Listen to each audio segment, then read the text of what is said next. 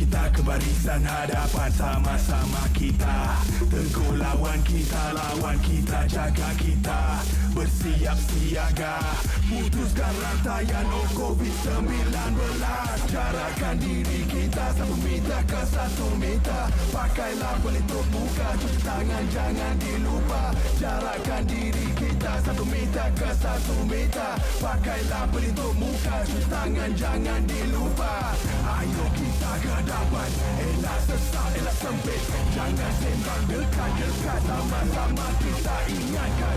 Tetapkan penjarakan, kekalkan kebersihan. Norma baru diamalkan, ayo ke hadapan. Jarakkan diri kita 1 meter ke 1 meter. Pakailah pelitup muka, cuci tangan jangan dilupa. Jarakkan diri kita 1 meter ke 1 meter. Pakailah pelitup muka, cuci tangan jangan dilupa. Ayo ke hadapan, ayo ke hadapan. Norma baru diamalkan, ayo ke hadapan. Okey, ayuh ke hadapan. Jangan seronok dengan lagu je. Ambil intipati tu. Jarak 1 meter, penjarakan fizikal, basuh tangan dan sebagainya. Nasihat yang sentiasa kita ulang. Tapi kita harapkan tuan-tuan puan-puan ikutilah supaya kita dapat putuskan rantaian COVID-19 ini. Apa khabar semua? Assalamualaikum. Bicara diary dan rawat ataupun tenang kita sebut bicara doktor kembali. Lama saya tak bersua juga. Ada urusan lain. Sahabat-sahabat saya mengemudi bicara doktor ini. Dan insyaAllah malam ini banyak perkara juga yang akan kita sembang dan juga berikan ilmu tentang perubatan kepada tuan-tuan dan puan-puan. Baik, sebelum saya nak share tentang tajuk kita pada malam ini, kita nak ucapkan tahniah dan juga selamat datang kembali kepada siapa? Tidak lain dan tidak bukan. Saya rasa semua tahu Panglima Perang untuk Kementerian Kesihatan Malaysia, tidak lain dan tidak bukan. Ada visualnya di sebelah saya ketika ini, iaitu Timbalan Ketua Pengarah Kesihatan Bahagian Perubatan Dr. Ruhaizat Yon yang sebelum ini telah bersara, tapi disebabkan kita memerlukan kehebatan dan juga kepakaran beliau, beliau diundang kembali untuk bersama saf kepimpinan Kementerian Kesihatan Malaysia bagi membantu terutamanya dalam bab COVID-19 ini. Jadi tahniah dan juga selamat kembali kepada Datuk Ruhaizat Yon. Baik, kita juga nak kongsikan kes terbaru. Saya rasa anda juga sentiasa menantikan sabar waktu angka-angka yang akan dikeluarkan oleh pihak Kementerian Kesihatan, dan hari ini 15 kes, 11 merupakan penularan tempatan, 4 merupakan kes import. Dan agak takut jugalah saya berada di Kuala Lumpur ni, sebab daripada 11 itu 9 warga negara melibatkan negeri Kedah, dan di Kuala Lumpur ada 2 kes, 1 kes melibatkan warga negara dan juga 1 kes melibatkan bukan warga negara. Bagi kes import di Selangor 3, di wilayah Persekutuan juga ada 1 kes iaitu warga negara yang pulang dari Yaman, dan juga di Selangor warga negara yang pulang dari Indonesia. Jadi itu dia antara 15 kes, masih lagi 2 angka, kita harapkan dapat turun ke 1 angka dan akhirnya sifar kes untuk COVID-19. Baik, hari ini kita nak bercerita tentang tonsel. Saya rasa kalau anda tengok promo ataupun banner kami sebelum ini pun, kita nak cerita tentang tonsel. Tonsel ni apa, tuan-tuan dan puan-puan? Saya rasa kalau yang ada anak kecil yang mungkin bila pergi ke klinik kesihatan, doktor suruh buka mulut, doktor tengok daripada dalam, oh tonsel merah, so mungkin ada jangkitan kuman. Kita mungkin hanya tahu setakat tu saja. Tapi saya nak sarankan ibu bapa semua yang ada anak kecil, tak kiralah yang tak ada anak ke, yang dah dewasa, yang mungkin sebelum ni ada masalah dekat kawasan tekak ni, tolong bersama kami pada malam ini, sebab kita nak cerita kepada tuan-tuan perempuan tentang tonsel. Tonsel ni boleh berlaku kepada dewasa dan juga kanak-kanak ya. Saya seronok untuk cerita tajuk ni sebab bulan lepas anak saya sendiri baru selesai buat pembedahan tonsel, sebab tonselnya daripada kecil membengkak, membesar dan akhirnya menyukarkan untuk pernafasan, dan kita tak mahulah, na'udzubillah lah, kalau ia ke arah perkara-perkara yang akan lebih besar ataupun benda-benda yang kita tak nak ia berlaku, iaitu boleh melibatkan kanser dan sebagainya. Hari ini seorang doktor pakar kita akan undang untuk berbicara tentang tonsel. Jadi anda terus bersama kami di Bicara Doktor. Sebelum itu kita jom saksikan bingkisan awal resepi sihat bersama Akak Sihat. Hari ini Akak Sihat nak cerita tentang buah beri biru. Silakan Akak Sihat.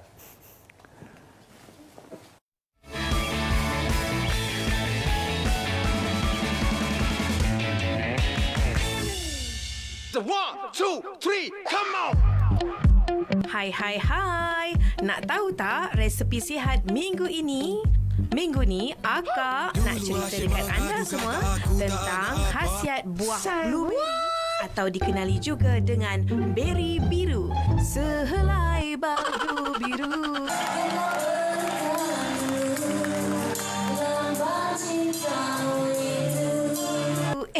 Ternyanyi pula.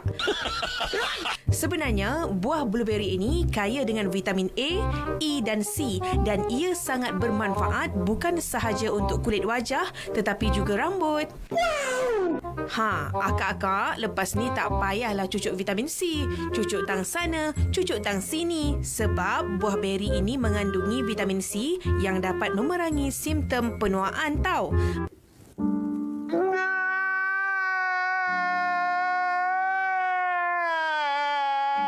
Akak-akak makan je buah beri biru ini, terus muka jadi flawless dan glowing. Say what? How you like that?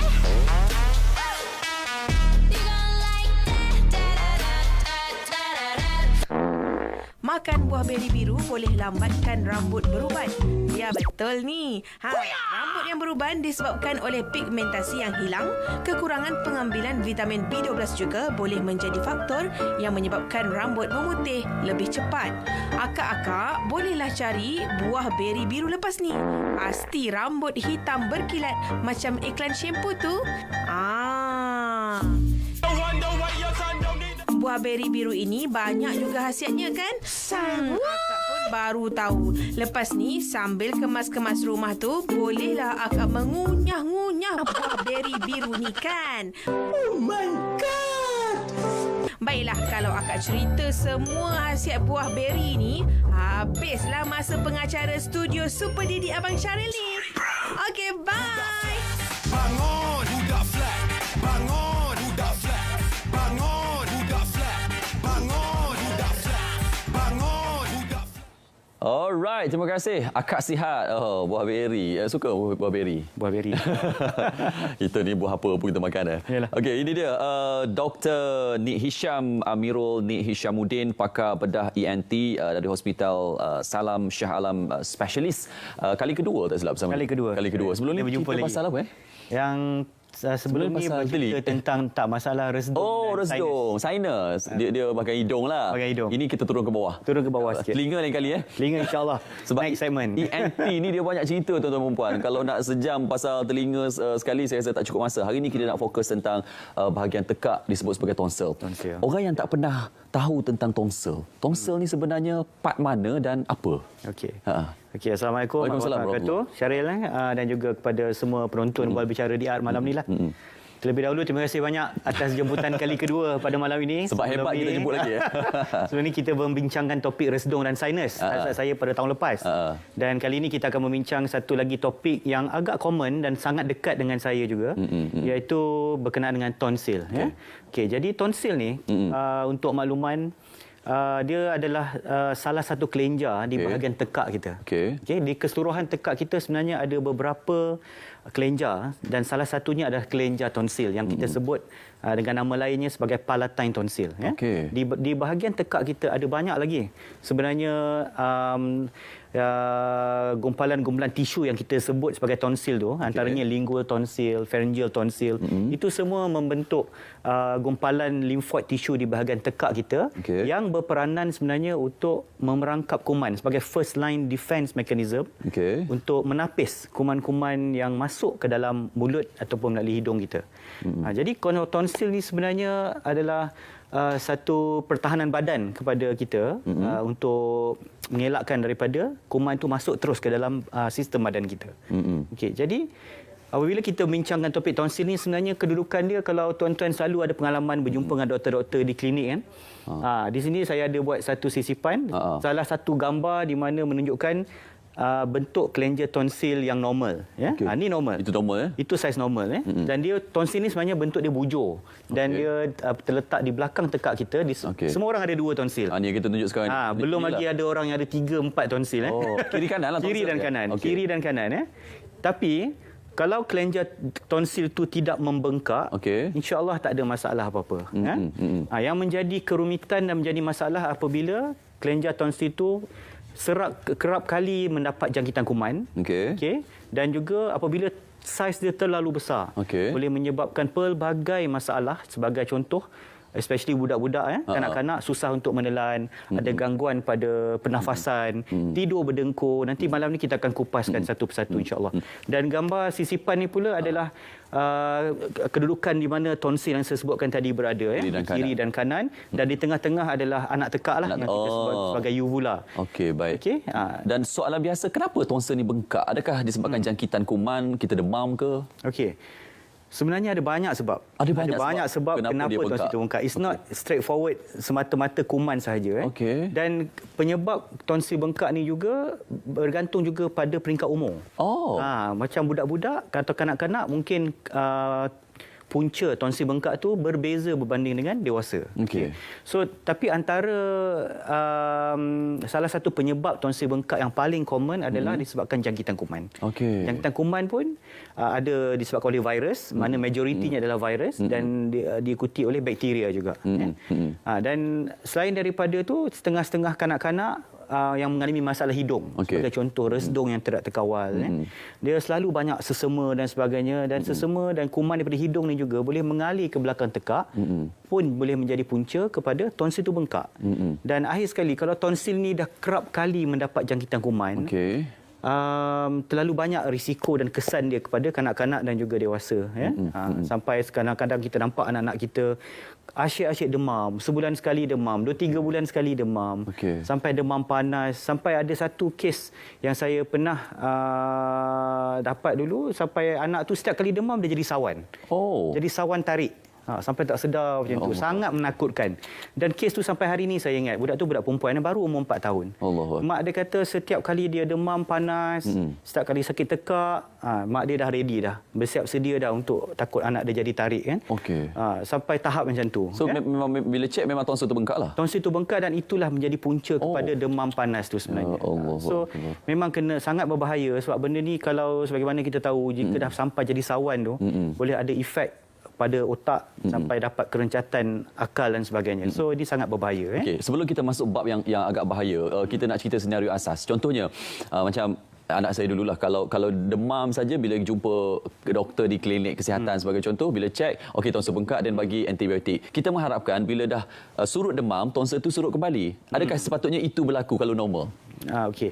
Dia masalah dengan tonsil ni apabila dia mengalami jangkitan kuman yang sedang aktif, dia memang akan lebih membengkak, lebih radang dan lebih nampak kemerah-merahan. Tapi setelah kuman tu lega, kebiasaannya yang saya nampak dia tak akan kecut balik secara normal. Kembali ke saiz asal tak. Dia akan kita panggil hypertrophy. Itu adalah tindak balas terhadap jangkitan kuman tu tadi. Walaupun jangkitan kuman tu tidak aktif, tapi saiz dia masih lagi kekal besar. Dia macam tu. Ya. In fact kalau dia dapat kanak-kanak atau dewasa tu mendapat jangkitan kuman lagi seterusnya, dia akan lagi dia bengkak, lepas tu bila makan ubat dia sihat tapi dia tak surut. Sihat sikit tapi dia takkan surut habis sampai normal. Itu masalah tonsil. Itulah senario yang selalu berlaku tuan-tuan. Bila anak kita sakit, dia bengkak sikit, kita makan ubat, dia sihat tapi tak surut. Bila sakit lagi bengkak sikit dan akhirnya itu yang jadi lagi besar. Baik. Tak apa, bab tu doktor akan atasi selepas ini sebab doktor sedia banyak slide kepada kita. Saya rasa bila kita tengok slide dalam Dewan Bedah lepas ni lagi jelas. Kita berhenti sekejap tuan-tuan dan puan, terus bersama kami untuk saksikan visual dan juga video yang doktor sediakan tentang tonsil. Baik.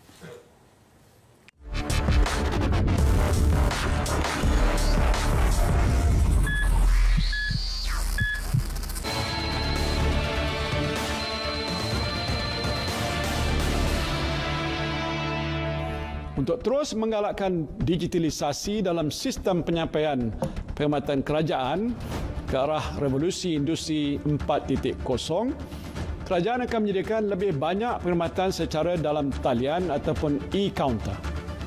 Ini termasuklah melaksanakan proses mematikan stem, menyemak dan menuntut wang tidak dituntut bermula 1 Oktober 2020 dan sesi e-temuduga bagi permohonan beasiswa kerajaan.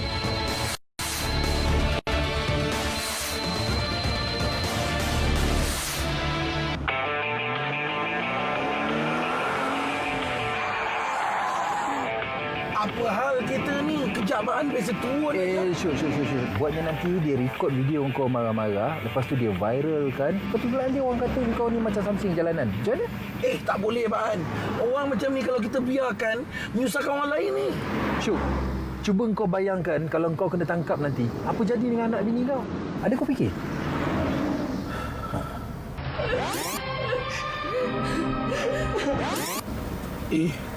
Takutlah saya Abang. Kesian tak ada siapa nak tolong anak bini saya kat rumah. Syuk, biarkan. Tugas ni biarkan pihak berkuasa yang jalankan kerja dia orang. Tugas kita patuhi undang-undang jalan raya. Kita jangan ikut perangai macam dia. Kalau Abang cakap macam tu, baiklah. Sikap anda mengubah segalanya. Kawal emosi dan patuhi undang-undang jalan raya.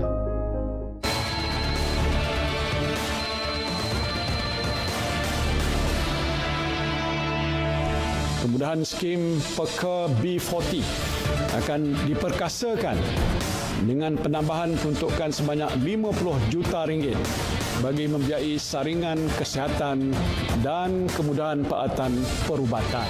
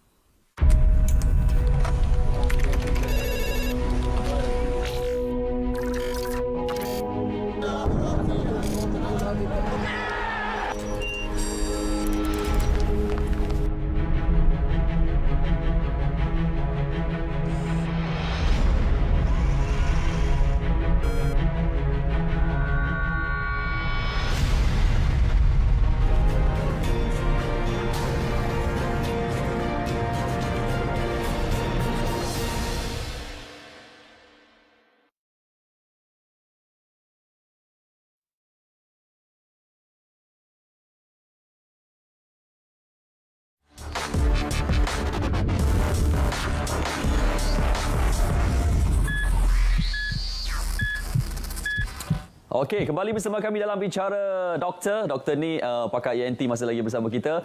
Dan doktor, kita berada pada part yang penting ini. Mungkin doktor nak share sesuatu? Alright. So jadi Syaril, seperti mana yang saya sebutkan tadi lah. Apa bahayanya masalah tonsil ini kepada kanak-kanak dan juga dewasa? Salah satu perkara yang saya sebutkan tadi adalah kerap demam dengan suhu yang tinggi. Ini sangat menakutkan sebab apabila tonsil, kelenjar tonsil itu menjadi fokus kepada berlakunya jangkitan kuman tu, akan berlakulah demam panas yang amat tinggi di kalangan kanak-kanak terutama sekali. Ada kadang-kadang pesakit saya yang sampai temperature atau suhu naik sehingga 39, 40 darjah Celsius. Dan apabila suhu terlalu tinggi boleh menyebabkan sawan tarik yang saya sebutkan tadi sampai jadi kejang dan sebagainya. Dan ada juga komplikasi daripada masalah tonsil yang bengkak ni juga sebab dia telinga, hidung dan tekak juga berkaitan. So boleh mendapat jangkitan dalam telinga, anak-anak akan lambat bercakap, kurang mendengar apabila berlaku juga jangkitan dalam telinga. Dan salah satu lagi adalah tidur berdengkur. Ini sangat common. Terlalu ramai pesakit-pesakit saya yang sebenarnya apabila kelenjar tonsilnya sudah terlalu membengkak sehingga tahap 3, tahap 4, nanti kita bincang berkenaan dengan saiz tonsil. Ini akan menyebabkan halangan kepada rongga pernafasan. Mereka akan tidur berdengkur. Apa kesan dia? Apabila tidur berdengkur, mereka tidak dapat kualiti tidur yang baik semasa di waktu malam. Jadi di waktu siang, anak-anak ni akan jadi hyperaktif, dia akan kurang fokus di dalam kelas, tak boleh nak menumpukan perhatian pada pelajaran, ada yang kerap kencing malam dan menyebabkan lembam atau IQ mereka terjejas juga. Disebabkan punca tidur berdengkur. Ya, sebab tonsil ni apabila terlalu bengkak, dia boleh menghalang laluan pernafasan, maka menyebabkan oksigen yang sampai ke otak dia tidak mencukupi. Waktu dia tidur. Jadi ini adalah kesan yang kita mungkin ramai yang masyarakat kita terlepas pandang dan ambil ringan benda ni. Dan satu lagi kalau kita tengok kanak-kanak, setengah-setengah kanak-kanak, mereka adalah yang kita panggil sebagai picky eater. Sebab memilih makanan. Dia nak yang lembut-lembut. Kenapa? Kadang-kadang kanak-kanak, anak-anak kita tak dia tak boleh, tak pandai nak terangkan kepada ibu bapa. Tapi sebenar hakikatnya apabila bengkak di leher, macam kita dewasa kan, bengkak di leher kita sendiri pun susah nak menelan. Kan? Jadi inilah yang berlaku. Kita pun pelik, kenapa anak kita ni nak makan tu susah, nak makan ni susah. Jadi rupanya sebenarnya tonsil adalah menjadi punca kepada masalah fikir kita, dan juga mereka akan selalunya ada susah menelan, dan disebabkan itulah berat badan kanak-kanak kadang-kadang tak naik. Walaupun makan biasa je tapi tak naik. Betul. Dan tidur berdengkur tadi juga menyebabkan juga menjadi penyebab kenapa berat badan susah nak naik, sebab di waktu malam kanak-kanak ni tadi terpaksa menggunakan effort atau tenaga yang lebih untuk bernafas, disebabkan ada halangan atau roadblock pada pernafasan tu. Jadi tenaga yang mereka gunakan ni dah dihabiskan untuk bernafas. Jadi mereka susah, berat badan mereka susah nak naik.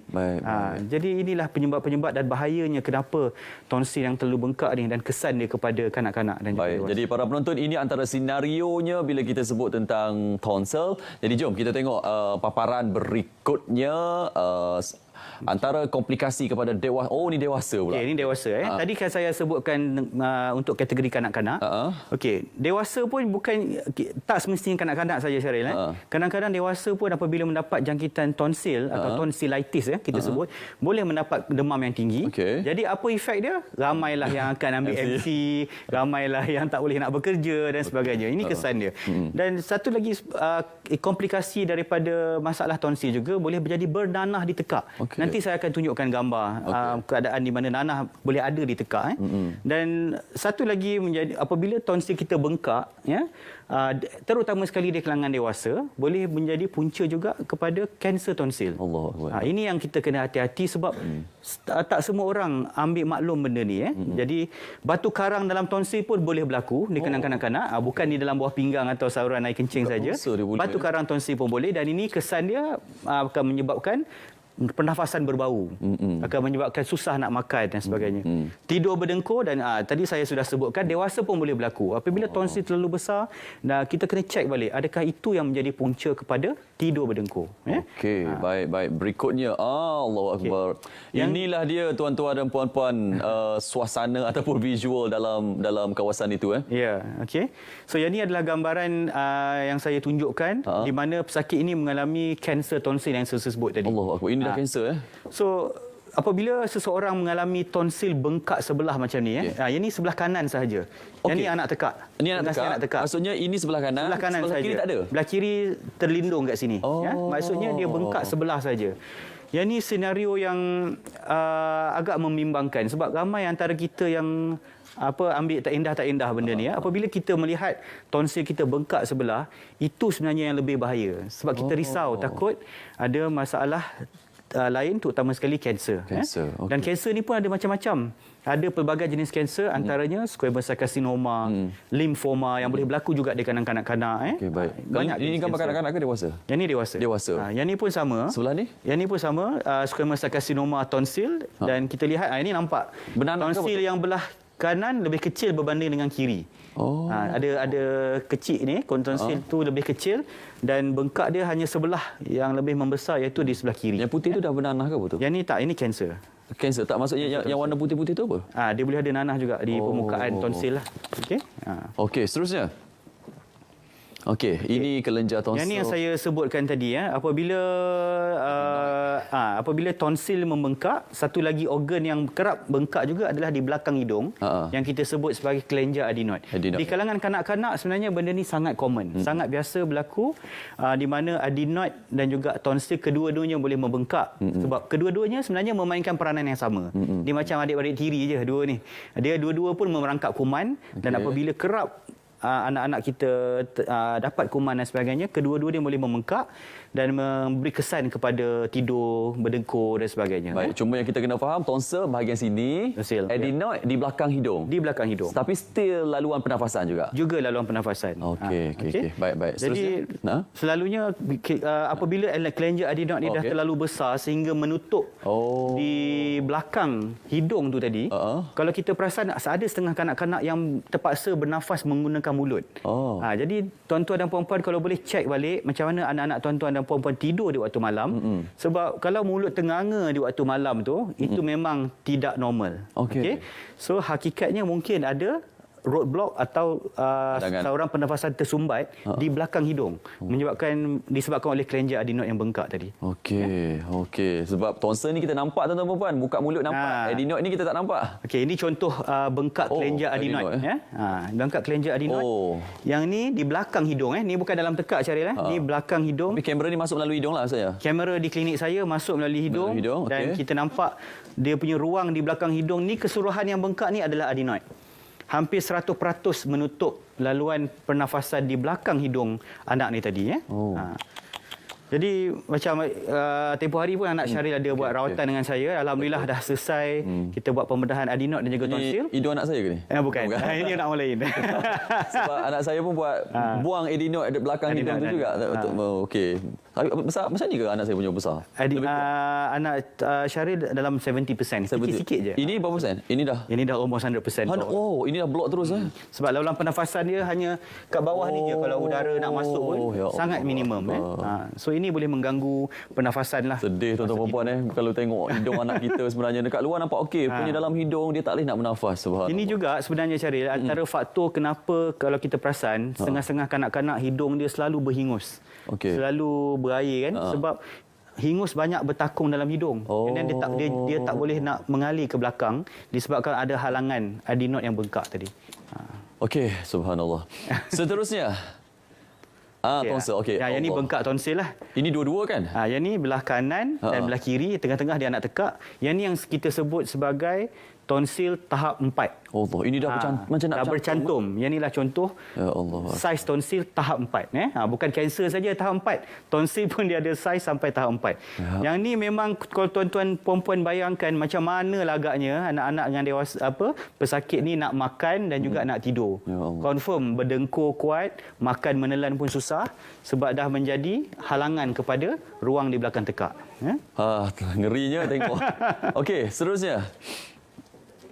Okey, ini yang kita kena tentang saiz lah. Yang ni yang saiz. Okey, apabila yang ni yang normal. Yang ni bukan. Yang ni grade 0 kita panggil apabila pesakit yang sudah pun membuat operation tonsil. Okey, grade 1 adalah grade yang normal Okey. Dia tonsil tu ada sikitlah. Ada sikit. Dia berada di antara lelangit depan dengan belakang. Maksudnya kalau operation tak ada terus sebenarnya? Langsung memang tak ada tonsil.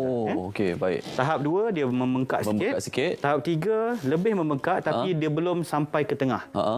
Tahap 4 macam gambar yang saya sebutkan saya tunjukkan tadilah. Dia dah terlalu besar sampai bercantum di tengah. Dan tuan-tuan perempuan, saya ambil keputusan untuk buat pembedahan untuk anak saya juga sebab bila check punya anak saya dah tahap 3. So bila tidur dah berdengkur, mulut tengganga, bernafas pun tak boleh.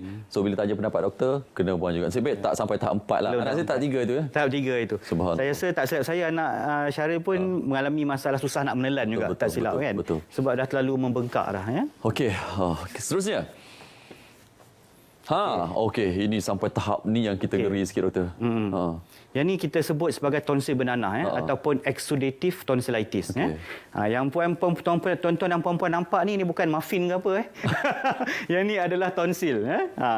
Ni adalah kelenjar tonsil yang dipenuhi oleh nanah. Yang putih-putih tu semua dah dipenuhi oleh nanah. Sebab dalam tonsil kita ni dia ada lubang-lubang yang kita panggil sebagai crypts. Dalam lubang-lubang di tonsil inilah yang menjadi tempat pembiakan kuman-kuman. Tempat mereka melepak-melepak kat dalam tu.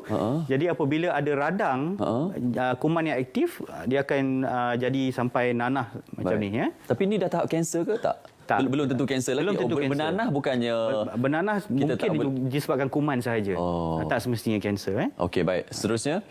Batu, ini saya jarang dengar. Dia batu karang di tonsil. Batu karang tonsil. Batu karang tonsil, nama lain dia kita sebut sebagai tonsil stone atau tonsillolith. Betul lah. Okey. Yang ni terjadi kesan, boleh terjadi kesan daripada jangkitan kuman yang lepas. Okey.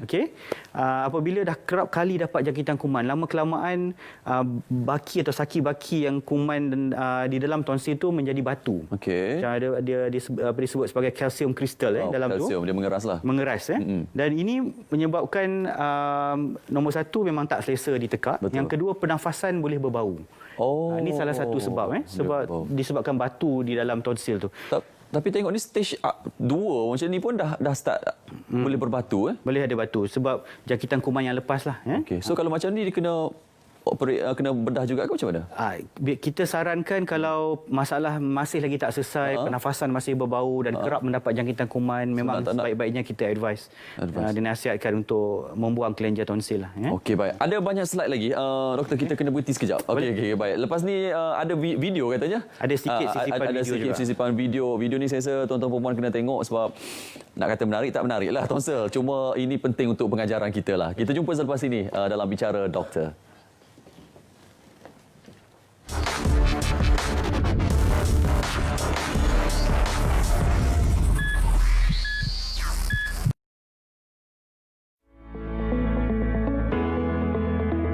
Kerajaan telah membuat keputusan mulai 1 Ogos pemakaian pelitup muka di dalam pengangkutan awam dan tempat-tempat awam yang bersesak-sesak adalah diwajibkan. Mereka yang didapati ingkar peraturan tersebut akan dikenakan tindakan tegas seperti kompaun dan dihadapkan ke mahkamah. Orang ramai boleh menggunakan pelitup muka yang dijahit sendiri mengikut spesifikasi yang dikeluarkan oleh Pertubuhan Kesihatan Sedunia WHO. Kementerian Kesihatan menyatakan bahawa 2 perkara yang mampu untuk mengurangkan jangkitan adalah memakai pelitup muka atau melakukan penjarakan sosial. Kita masih belum menang. Terus patuhi SOP yang ditetapkan bagi memutuskan rantaian jangkitan COVID-19.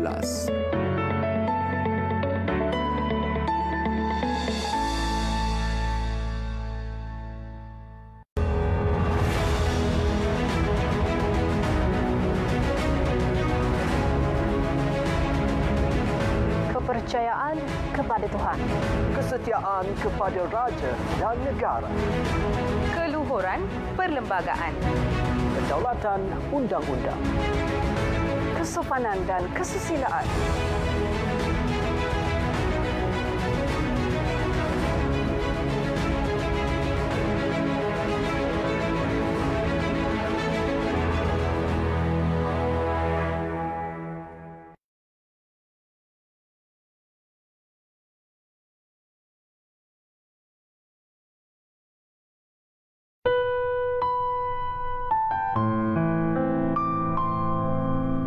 Saya nak menzahirkan rasa terima kasih kepada anda semua sebagai rakyat Malaysia. Anda adalah manusia yang hebat.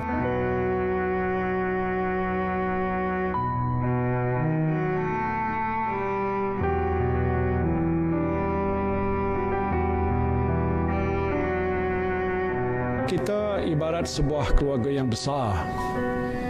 Kita saling bantu-membantu ketika zaman susah. Inilah nilai sebenar persaudaraan rakyat Malaysia tanpa mengira bangsa.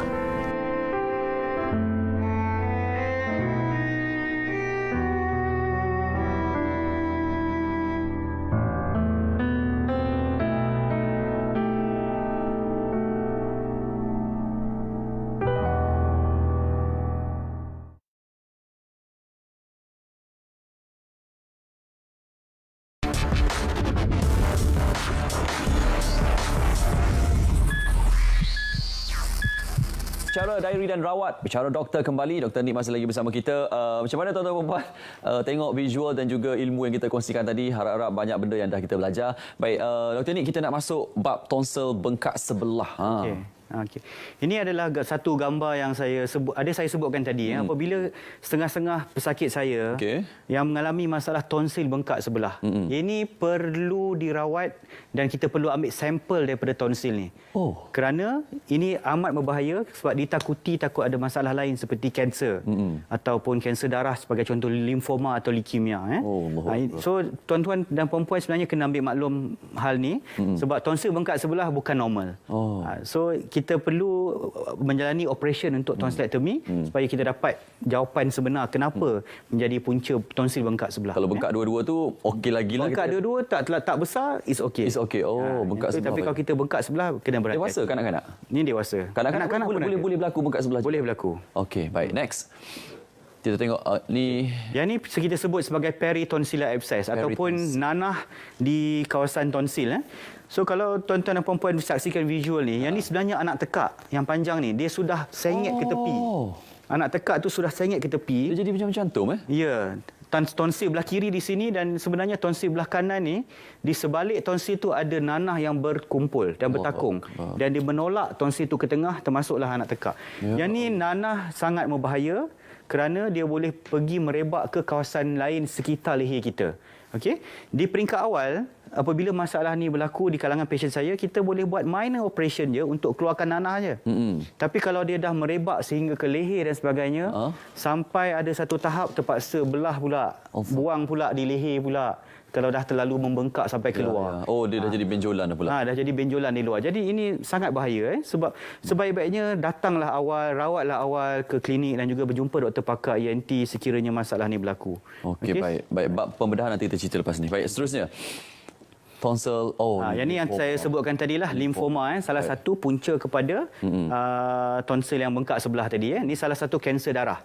Yang boleh juga bengkak sebelah, yang boleh berlaku di tonsil lah, kelenjar tonsil. Okey, dan berikutnya pembedahan tonsil. Inilah dia pembedahannya. Ini contoh pembedahan. Ini gambar ni kita ambil, ni adalah real pesakit saya yang kita baru saja buat baru-baru ni. Ini adalah kelenjar tonsil yang sebelum dibedah. Okey. Kanan dan kiri dan pesakit ni sudah pun dibius penuh. Jangan takut, tak sakit apa pun. Anak-anak atau dewasa yang menjalani pembedahan ni tak ada sakit apa pun. Sama ayat macam guna kat saya dulu. Sama ayatnya. Sebabnya dia bius penuh. Dia tak rasa apa-apa pun. So jangan risau tuan-tuan dan puan-puan, jangan takut. Dan apabila kita dah buang secara keseluruhan dia, ini adalah contoh gambaran lah. Yang putih ni kapas saja. Kita letak supaya tak nak ada darah yang masuk ke paru-paru lah. Jadi dah selesai tu, nanti apabila dah sembuh semua, dia akan jadi colour pink balik. Tak ada masalah. Saya dah tengok secara real situasi ni, tuan-tuan dan puan-puan. So seminggu pertama, 2-3 hari pertama agak gerun jugalah tengok keadaan tonsil. Tapi itulah, bila jumpa doktor selalu, ini normal sebenarnya selepas pembedahan. Sebab kita tengok ada kesan hitam, ada kesan putih. Itu normal. Dan ini memang betul. Selepas minggu, 2 minggu, dia dah kembali macam asal. Balik. Asal warna pink balik. Okey, seterusnya. Okey. Ini dia. Ini adalah paparan video yang saya dapat kongsikan bersama tuan-tuan dan puan-puan. Ini saya mohon izin daripada ibu dan bapa pesakit terlebih dahulu untuk kita kongsi video ni. Adik AL atau Arif Lokman adalah anak kepada kawan baik saya juga yang baru saja menjalani pembedahan. Masalah yang berlaku dekat adik ni adalah tonsil dan adenot dia terlalu bengkak menyebabkan tidur dia sangat kuat berdengkur. Mengalahkan orang dewasa mengikut kata ayahnya. Jadi ada 2 video yang saya letakkan ni. Sebelum selepas. Yang sebelum dan selepas. Ini adalah malam saya minta ayahnya rekodkan video. Malam sebelum operation. Dan ini adalah seminggu selepas operation. Dekat Katil Hospital lah ni? Ini dekat Katil Hospital. So terima kasih banyak kepada sahabat baik saya lah, Muhammad Fairuz. Kita dengar ini dulu, Kita tengok yang sebelum dulu. Kita tengok macam mana adik ni dia berdengkur disebabkan tonsil yang terlalu bengkak. Jom kita tengok. Okey. Orang dewasa mengikut kata ayahnya.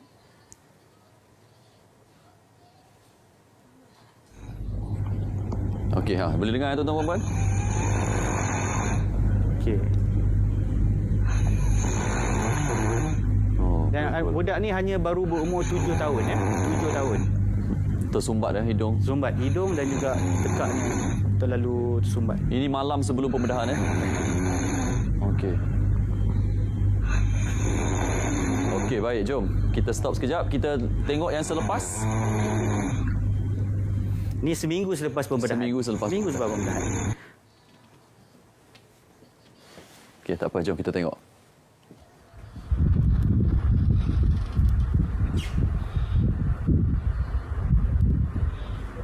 Langsung tak bunyi. Tak bunyi Okey, so alhamdulillah.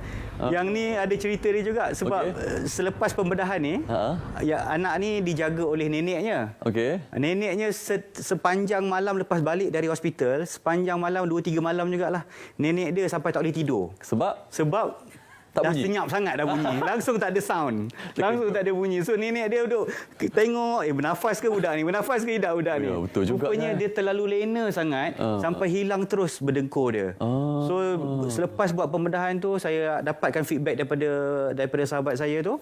Tidur dia sangat lena dan sekarang di waktu siangnya dia lebih fokus pada pelajaran, dia lebih aktif dan dah kembali normal lah. Kalau tak dulu bila kita dengar bunyi berdengkur macam tu, kita pun naik risau kan.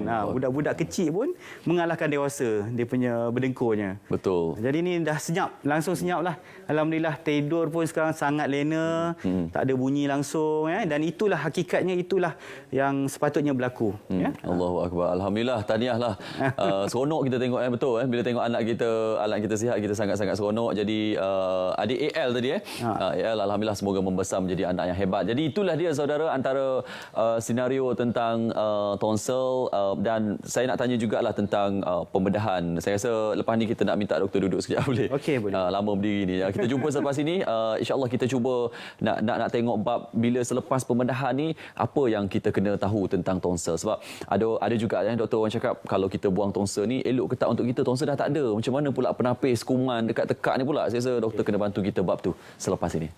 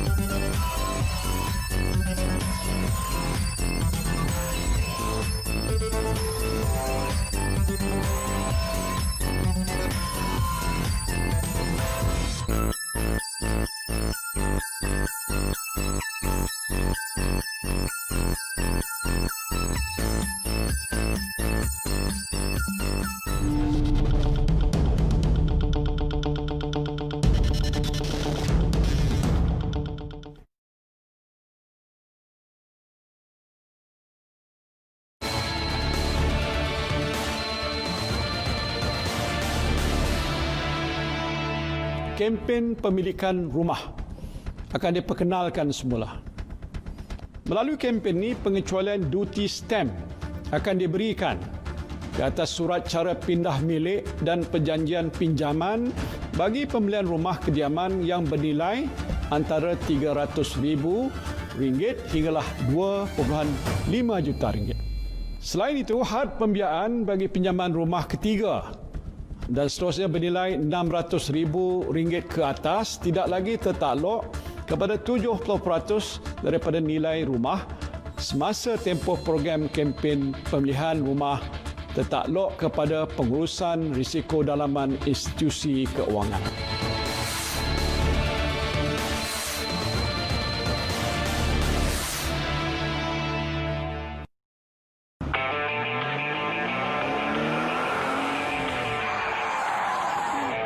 Apa hal kita ni? Kejabaan biasa turun.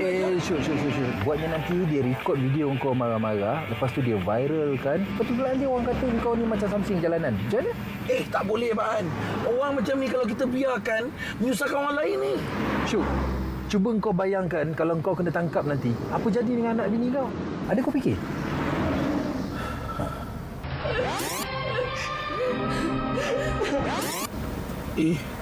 Takutlah saya, Baan.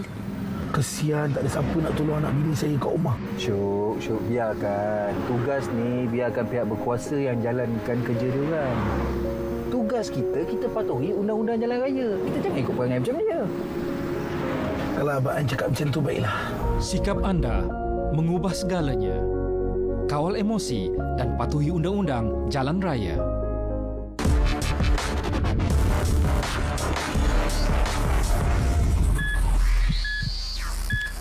Baik, kembali bersama kami dalam Bicara Doktor.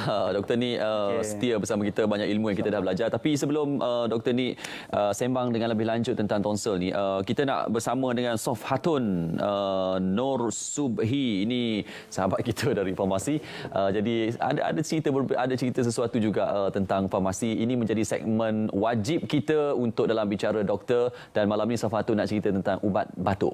Jom bersama Sof.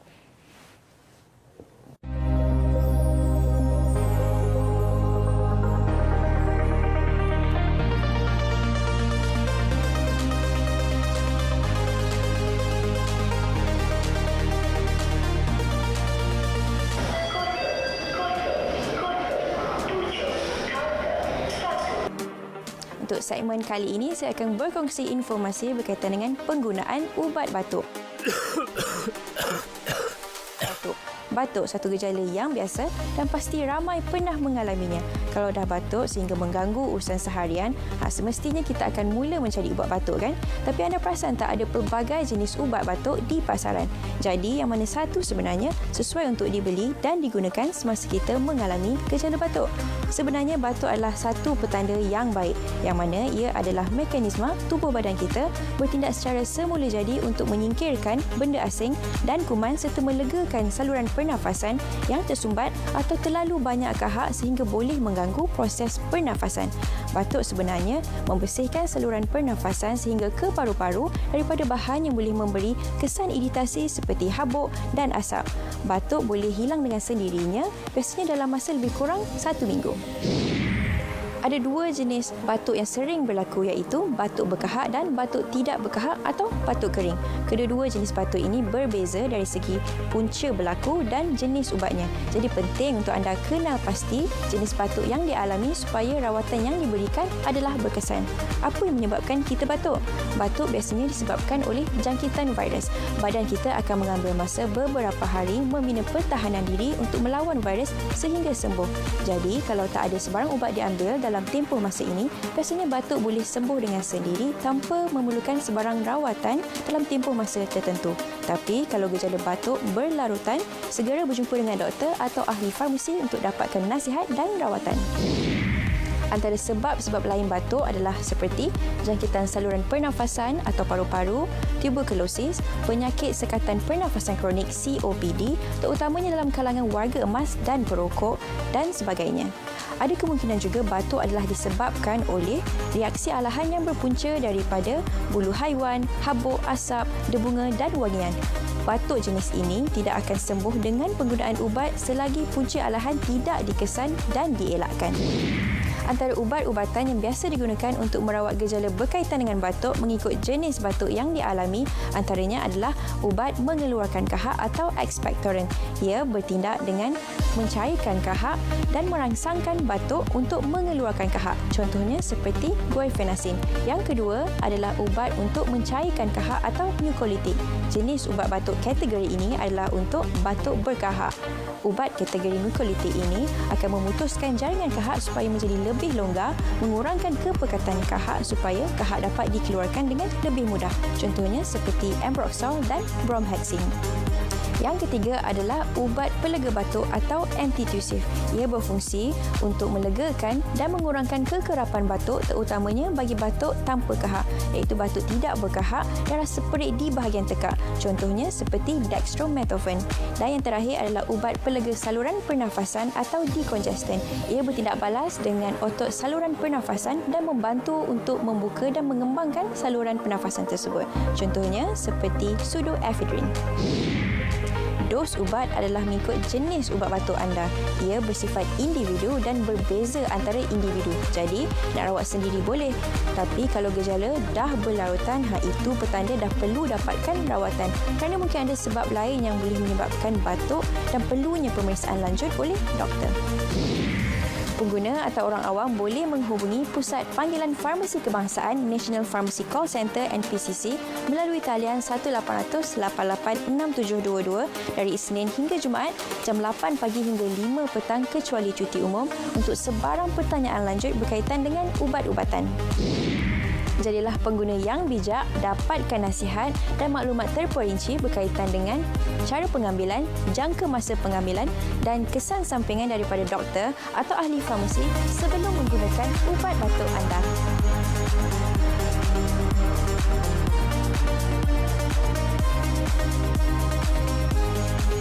Baik, terima kasih Sof Hatun untuk info yang menarik tentang ubat batuk seketika tadi. Baik, kita berada di pusingan terakhir. Dr. Ni masih bersama kita menjawab soalan yang saya tanya di hujung tadi. Ada orang ngeri dan juga takut bila buang tonsil. Katanya tonsil ni kan fungsinya untuk menapis kuman. Contohnya, bila buang tonsil ni macam mana keadaan tekak kita, badan kita tak ada tonsil? Okey. Ni antara mitos-mitos sebenarnya yang biasa dan soalan biasa yang bertanyakan kepada saya lah. Okey, di awal segmen kita tadi saya ada sebutkan kelenjar tonsil tekak ni atau palatan tonsil adalah hanya sebahagian daripada kita sebut sebagai Waldeyer rings. Sebenarnya di kawasan tekak kita ada banyak lagi tempat-tempat lain yang boleh mengambil alih peranan tonsil ni sekiranya kelenjar tonsil palatan dibuang. Jadi sebenarnya tak jadi isu sekiranya selepas pembedahan tonsil anak tu kurang ketahanan badan, kurang antibodi, badan sentiasa lemah, tak sihat. Selama dekat 5 tahun, hampir 5 tahun saya menjadi pakar pun saya tak nak nampak lagi lepas operasi tonsil tiba-tiba anak asyik kerap demam. Sebenarnya lagi sihat. Sebenarnya lebih sihat pula lepas tu. Ada yang selera makan pun naik, badan pun makin naik kan. So tak menjadi isu.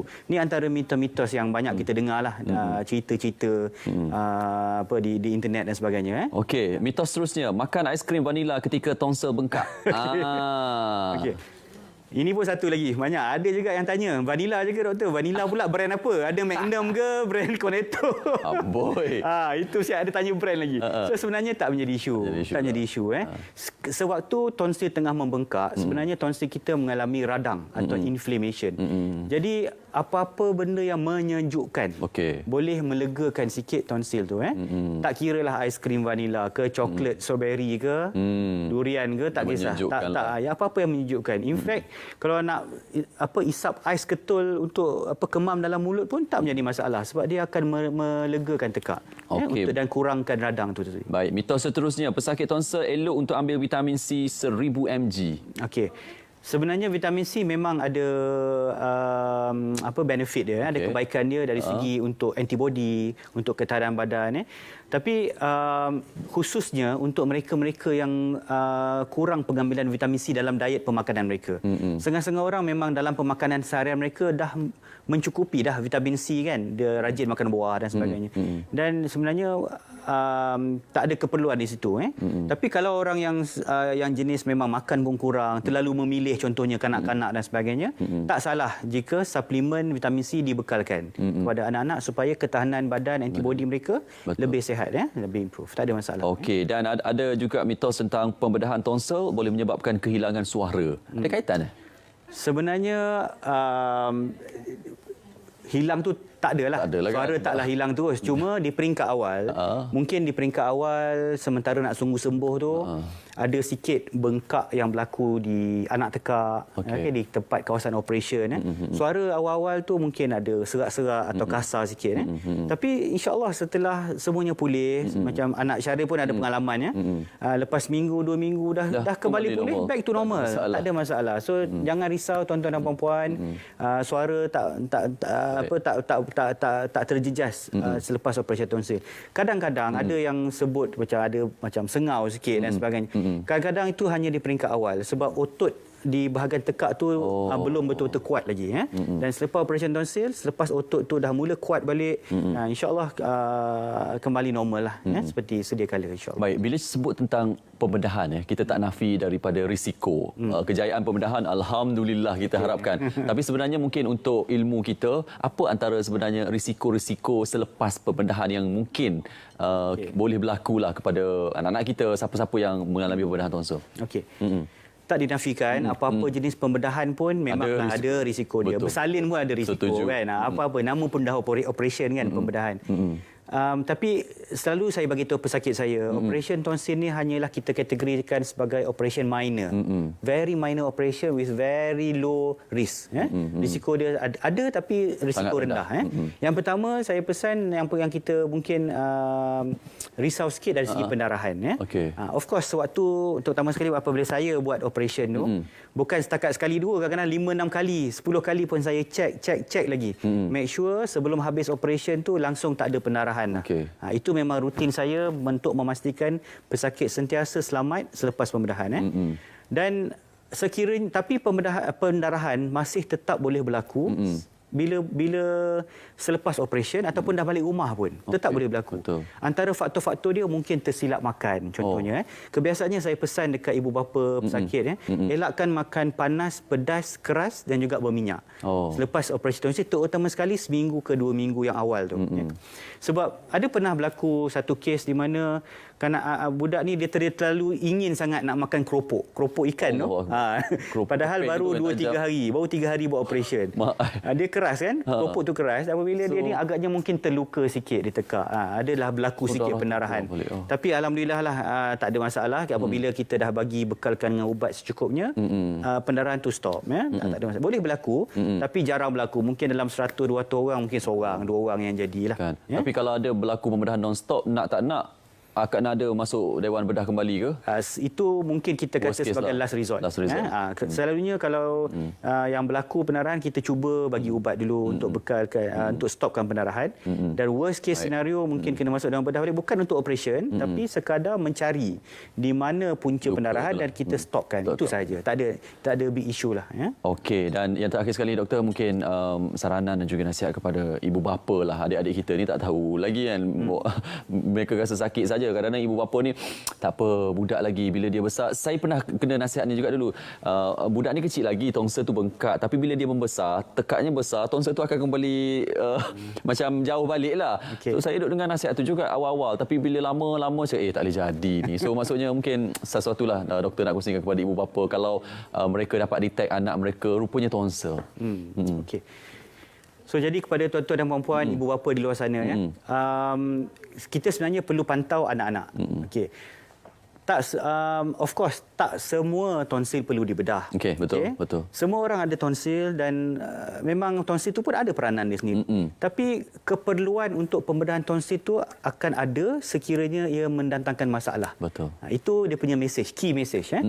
So antara masalah yang kita sebut macam yang kita bincangkan tadi, kerap dapat jangkitan kuman, asyik-asyik demam, sampai jadi sawan, sampai tidur berdengkur bukan main kuat macam dalam video tadi kan. Ini sebenarnya adalah masalah dan kesan daripada tonsil yang bengkak.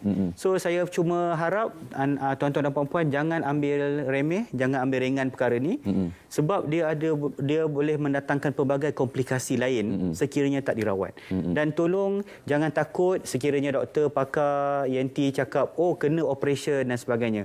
Tak perlu takut sebab operation minor kita buat dengan bius penuh sebaik-baiknya, dan alhamdulillah untuk saya sendiri, kesemua pesakit saya alhamdulillah dah sembuh. Sedia kala termasuk anak Syahri juga dah back to normal. Kalau tuan-tuan dan puan-puan yang mungkin ada ikuti saya punya Facebook page personal NH ENT Specialist, dalam tu ada banyak feedback dan komen daripada parent, ibu bapa yang telah selamat menjalani pembedahan tonsil, dan alhamdulillah kesemua mereka dah sembuh dah seperti sedia kala dan malah lebih baik berbanding sebelumnya. Alhamdulillah. Baik, kita nak tunjuk video tu sebenarnya, tapi kekangan masa. Saya rasa kalau nak tengok video-video yang feedback daripada ibu bapa dan juga cara doktor pun aktif sebenarnya di media sosial kan, selalu bagi Instagramnya nama NH ENT Specialist juga. NH ENT. Saya pun baru wujudkan YouTube channel juga. Okey, namanya kita sama juga NH ENT Specialist untuk panduan dan juga perkongsian lah berkenaan masalah ini. NH tu Ni Hisham lah. Okey, baik. Terima kasih banyak kita ucapkan kepada Dr. Ni Hisham Amirul Ni Hishamuddin, pakar bedah ENT dari Hospital Salam Shah Alam Specialist. Hidung kita dah cerita, tekak dah cerita, telinga ni menarik juga sebenarnya. Nanti kita kena buat bab lain nanti. Kita kena buat lagi sekali. Sejam ni memang tak cukup. InsyaAllah kalau ada masa nanti bidang-bidang ni memang seronok. Bukan seronok sembang saja, tapi ilmu tu kita dapat dan akhirnya kita dapat jaga anak-anak kita dengan baik. Terima kasih Dr. Nik. Okey. Jaga diri. Esok ada pembedahan pagi kan? Esok ada. Tidur awal. Terus bantu anak-anak kita. Esok ada 3 orang. Ada 3 pembedahan esok. Pembedahan tonsil. Okey, baik. Kita berakhir di sini, tuan-tuan dan puan. Kita jumpa lagi minggu hadapan pada hari dan juga waktu yang sama. Bicara Diary dan Rawat, Bicara Doktor. Jumpa lagi.